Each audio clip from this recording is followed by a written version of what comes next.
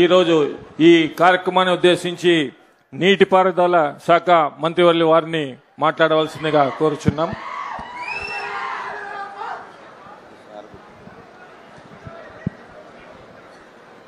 వేదికను అలంకరించినటువంటి గౌరవ ముఖ్యమంత్రి వర్యులు నారా చంద్రబాబు నాయుడు గారికి, అదేవిధంగా వేదిక మీద ఉన్నటువంటి గౌరవ మంత్రివర్యులు, శాసనసభ్యులు, పార్లమెంటు సభ్యులు, అధికారులు, రైతులు, వేదిక ముందున్నటువంటి రైతు సోదర సోదరీమణులకు, పాత్రికేయ మిత్రులకు అందరికీ కూడా నమస్కారాలు. మీ అందరికీ కూడా ముందుగా తెలియజేసుకుంటూ ఉన్నా.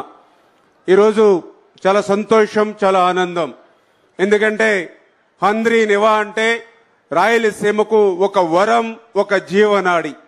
అటువంటి జీవనాడి అయినటువంటి హంద్రీ నివాకు ఆ రోజు అన్న నందమూరి తారక రామారావు గారి దగ్గర నుండి మరి నారా చంద్రబాబు నాయుడు గారు మరి సువర్ణ హస్తాలతో భూమి పూజ దగ్గర నుండి మరి ఈరోజు 3850 క్యూసిక్ల సామర్థ్యం కలిగినటువంటి పంపుల ద్వారా మరి ఈవేళ హంద్రీ నివాకు నీరు అందించడం అని అంటే ఈవేళ రాయలసీమ మీద చంద్రబాబు నాయుడు గారికి ఉన్నటువంటి చిత్తశుద్ధికి ఇది ఒక నిదర్శనం.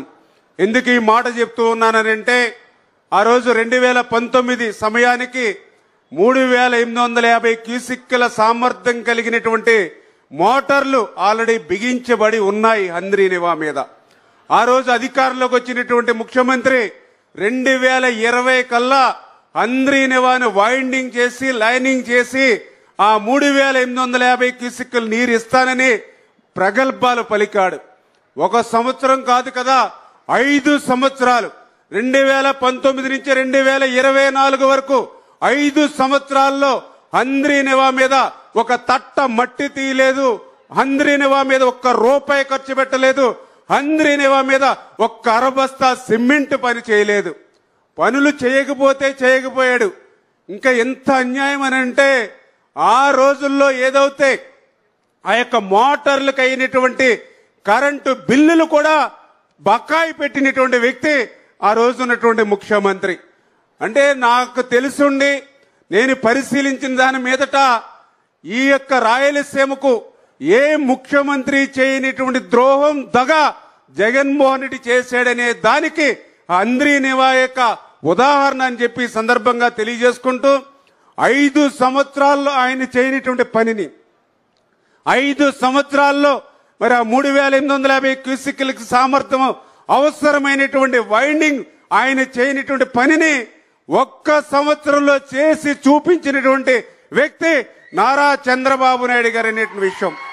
గతంలో కూడా మేము చాలా సార్లు రివ్యూకి వచ్చినప్పుడు ఇక్కడ ఉన్నటువంటి రైతాంగం చెప్పారు, రాయలసీమ వాసులు చెప్పారు, మేము పుట్టినప్పటి నుంచి రాయలసీమలో ఈ యొక్క హంద్రీ నివా మీద ఇంత పెద్ద ఎత్తున డే అండ్ నైట్ మరి ఫ్లడ్ లైట్ల వెలుగులో కూడా ఇంత మిషనరీ, ఇంత మ్యాన్ పవర్ తో పనులు జరగడం ఇదే మొదటిసారి అని చెప్పారని అంటే దానికి చంద్రబాబు నాయుడు గారు ప్రతి 10-15 రోజులకి హంద్రీ నివా మీద సెక్రటరియట్ లో రివ్యూ చేయడం గాని, క్షేత్రస్థాయిలో కూడా 2-3 సార్లు వచ్చి రివ్యూ చేస్తూ ఇచ్చినటువంటి మాట అంటే 2025 సంవత్సరంలోనే హంద్రీ నివాకు నీరిస్తామని ఏదైతే ఫస్ట్ ఫేజ్ లో చెప్పారో ఆ ఇచ్చినటువంటి మాటకు కట్టుబడి ఆ మాట నిలుపుకున్నటువంటి ప్రభుత్వం మన తెలుగుదేశం, జనసేన, బీజేపీ ప్రభుత్వం అని చెప్పి మరి ఈ సందర్భంగా మీ ద్వారా అందరికి కూడా తెలియజేసుకుంటూ మరి ఇటువంటి ప్రభుత్వాన్ని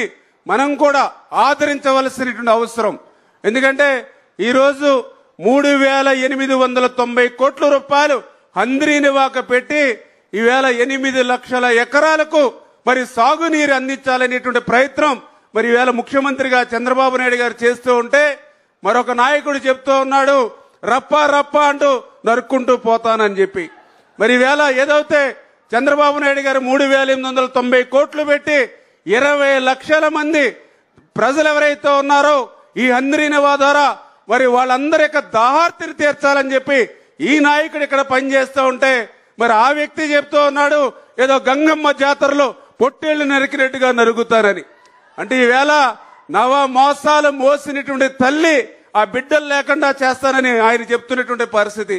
ఎవరైతే పెళ్లిళ్ళయి మరి భర్తతో కాపురం చేయవలసినటువంటి ఆ మహిళలకు మరి రేపు భర్త లేకుండా చేస్తానని, అంటే ఈ రకంగా సమాజంలో మానవత్వంతో మరి చంద్రబాబు నాయుడు గారు పనిచేస్తూ ఉంటే రాక్షసత్వంతో మరి ఆ రోజు ఉన్నటువంటి ముఖ్యమంత్రి ఈ రోజున్నటువంటి మరి ఆ యొక్క ప్రతిపక్ష నాయకుడు మాట్లాడుతూ ఉన్నాడనంటే ప్రజలు బేరీ చేసుకోవాల్సిన అవసరం ఉంది.